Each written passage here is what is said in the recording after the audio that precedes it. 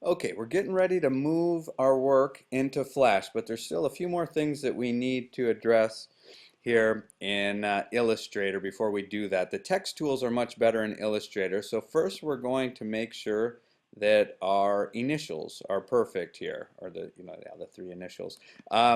So what we need to deal with is something called kerning. And right now you're probably thinking like that the R and the I look more of a compact unit and the S feels like it's drifting away a little bit. And anytime you make text big, that is usually the case, that you have to go in and make some adjustments. So what we're going to do is, if you don't already have the text tool out here, which it doesn't, oh, I guess mine is, I'm sorry, not the text tool, but the character palette. Mine is right here, but if you don't have that out here, you would go to Window, Type, where are you? Type, and then character, and it would fly open this panel for you. And then what you're going to be dealing with is this option right here, set the kerning between two characters. So what you do is you click on the text tool, you set the cursor in between two, and then you start experimenting with this value. What I like to do is just swipe across here with the mouse and then change the units up or down until I get what I'm after. And I think I'm going to do a combination of moving this one out just a bit and then moving this one in. So I increase that one 9 units. I'll bring this down.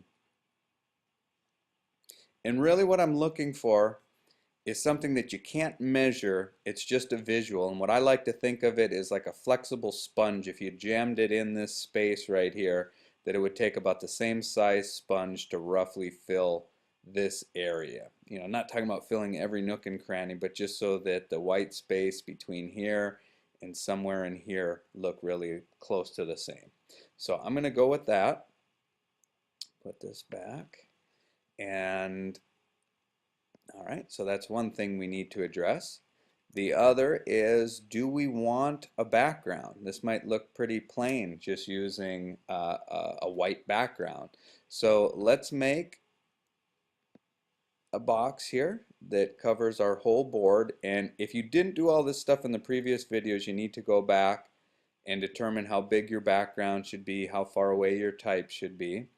Let's change this for right now to just some different color. And then I'm going to right click on it and arrange send to back. Alright, so we picked this color to go along with the logo just by going to hue, what is it, hue and brightness mode over here. Missing one of the things here. Hue, saturation, and brightness. But there's another way we can do it, and I have a whole video on my website dedicated to using this tool, but I'll just show you some real simple stuff with it.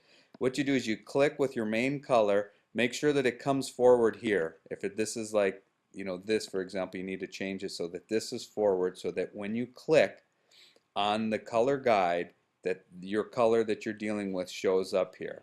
And then you can pick different color palettes with this drop down.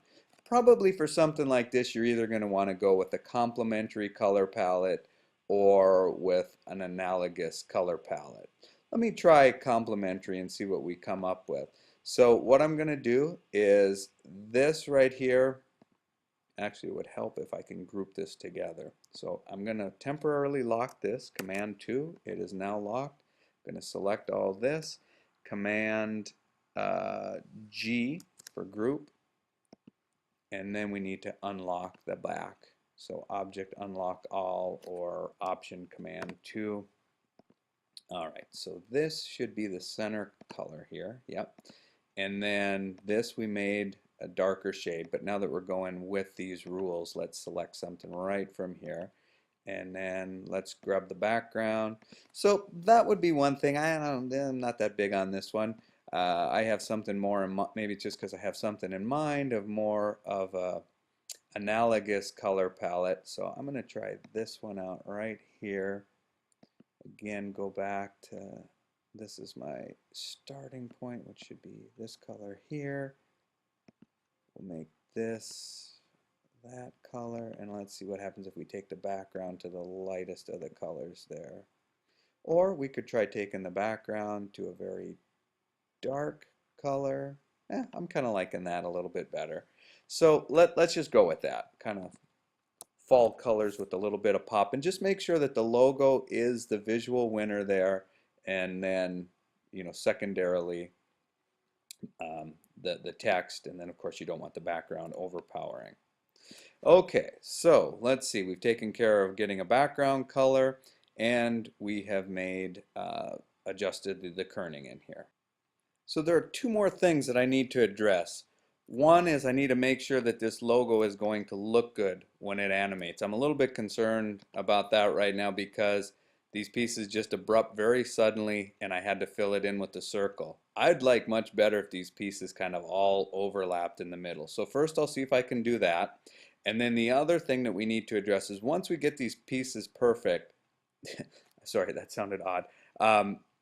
We're going to make a center line for this piece, and we're going to actually import that with us to Flash. So what I want to do, luckily this piece over here, is I want to see if I couldn't recut this in a different way to rebuild the logo.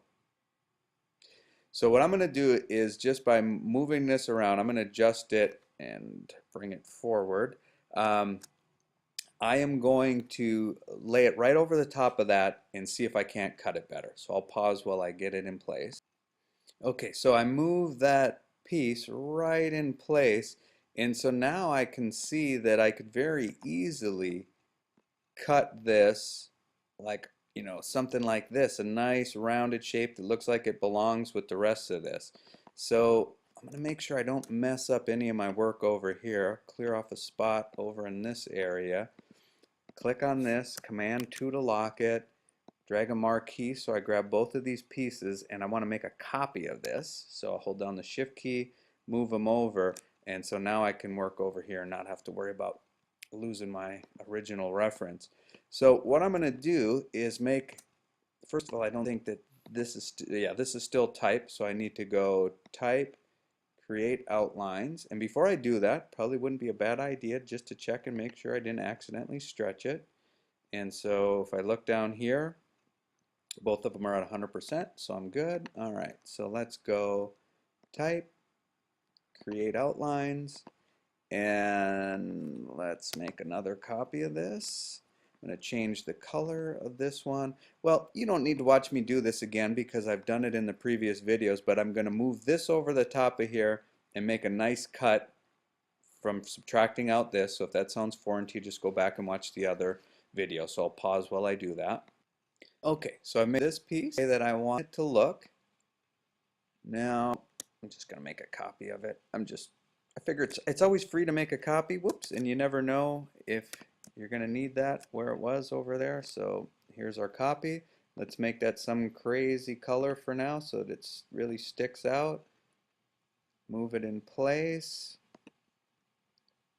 Zoom in, make sure that it's roughly in place. Now we're rebuilding it so it doesn't have to be perfectly in place.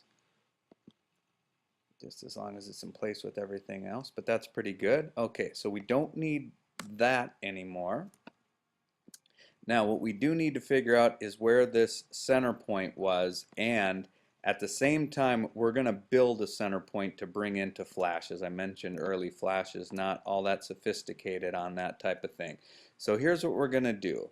We're going to make sure that we just have a stroke only. So I just flip-flop these, bring the stroke forward. Again, we're going to choose a color like we don't have in here. We're going to first make one for the horizon. So I'm clicking here, shift clicking here. Of course, I grabbed the pen tool to do that. And then we're going to make an exact copy of this piece. Well, no, actually, it doesn't even really matter that it's exact copy. So let's make a horizontal one. Click, shift click, and let's zoom in a little bit here. Get to, if I kind of go by this circle, I can see approximately where the center was this way. This one is not as critical, but the center very much is. So we should probably really just align this to our background. Okay, so let's align this to our background. Now I can tell the background is locked, so I'll go up to Object, Unlock All. Okay, so now I can select the background and I can select this. So let me show you a little trick here. Normally if you have this piece here and the background, you select both of them and then you do the Align Center, they both move. And in this case, our background is a key object. We want it to stay put. So here's what you can do. You select this piece, shift click, select this piece, go up to this little drop down and select Align to Key Object, and then one of these will get a heavier mark around it letting you know that this is the key object, but we want to make the background the key object, so I just simply click on it. Now it has that heavier outline. Then when I click on Align Center, that piece moves and the background does not. Okay, so we know we have that where we want it. So now we're not only going to use this to recreate our logo, we're also going to use it to bring into Flash. Okay, so now the steps are going to be very similar to what we've done before, so you don't need to watch me do that again, but just let me start it here. I select this piece, go over here, select this tool. I'm going to option click on it, and then I need to enter in my case, what 7 divided by 360 is, and build that piece. Okay, now that I've done that, I can get rid of the old one just by selecting it and deleting it. And then let me, once again, I'm going to grab this and do a Command 2 to lock them. And then I should be able to grab all the pieces like that, change their color back. And easy way to do that is, see why I told you it's good to keep this. We have the exact color here. We just go to the eyedropper tool, and with that other piece selected, click on the color we want it to change to. And here I did miss a couple, so I'll select that one.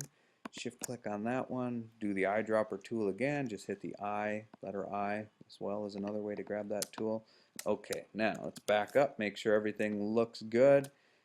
And it does. We have our center points here. So now we just need to drag or grab all of our artwork and bring it into Flash. We do not need the background. So, and I think that's locked, so we'll go Edit, Unlock All. Okay, and we just move that aside. Now we do need to know what size this is, so when I click on this, it tells me up in the top right hand corner over here, the width and the height. Need that in pixels, and so in my case it's 800 pixels tall by 597 wide, so I'm going to write that down, and then I am going to grab all of this stuff here and then simply just do an edit and a copy. Then we go into Flash, create a new document, and we are going to change our stage size to match that which we came up with in Illustrator.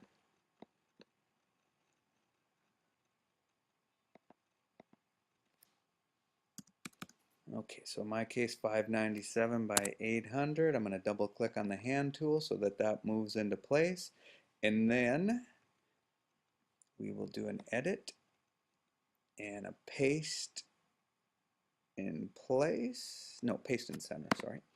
And all of this stuff should come in here nicely. Now you'll get a little dialog box that opens up, and usually you want the defaults, but let's run through those when this finally opens up. Okay, somehow I lost that little there it goes. Okay, so we do not want it to bitmap image, and so really we just need these two center options checked. We don't care if it separates them into layers. We click OK, and then that artwork should show up. Okay, the piece is in here. It looks like it placed it up a little bit high, but definitely in the center the other way. So we might want to, definitely take our time placing that before we start the animation, because we want, this is the most important frame in the animation is when this comes together.